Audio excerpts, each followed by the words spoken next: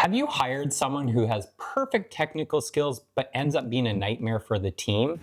Yeah, that happens all too often. The truth is, the perfect hire isn't just about technical ability. It's fitting with the culture and contributing to the team's success. Today, I'm going to be talking about how to avoid these hiring traps.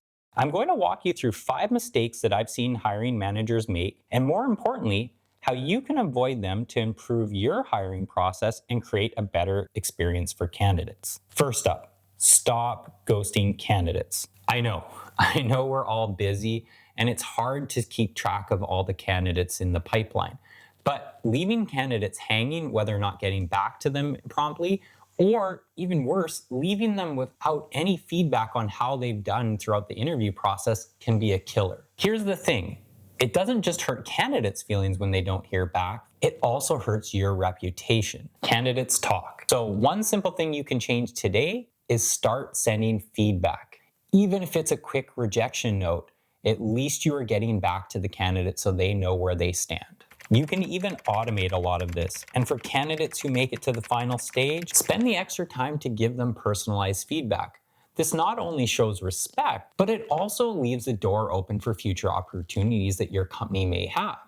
So many times at Netflix, I would often see this where there was engineers that maybe not make it all the way through on a particular role. They would come back a year later and have learned from the feedback that was provided to them and come back stronger and end up getting the job. Next on the list, avoid rescheduling.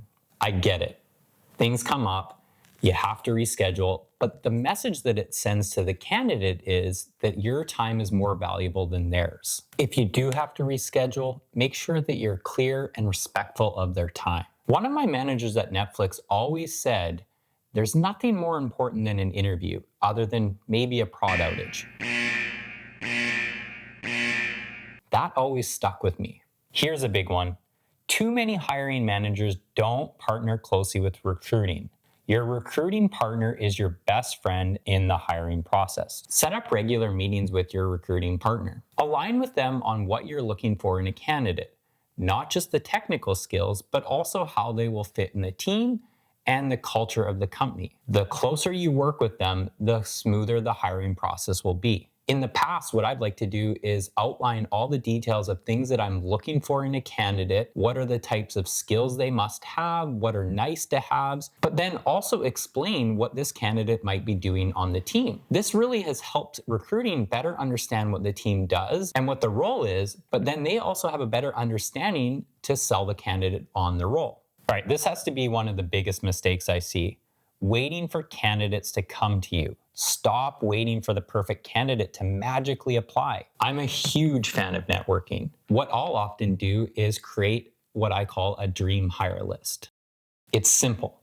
Create a list of 5 to 10 people that you think would be great on your team and that you would love to work with. Keep in touch with them, attend events that they're at, reach out to them periodically. That way, when the time comes when you are hiring, you've already built up a pool of talented individuals that you may want to hire for that role. Finally, let's talk about broken hiring processes. If your interview process is chaotic or unorganized, you're going to lose great talent. One key area to focus on, especially in the tech industry, is the technical interview. Are the technical questions aligned with the job expectations? This is just one example where you can refine the hiring process to make a huge difference. Take the time up front to invest in who you're having on your interview panel and what they're covering. Make sure it's clear with the people on your interview panel what they're covering, and try to avoid doing duplicate efforts. Have each individual evaluate a different skill that you're looking for on the team. So there you have it.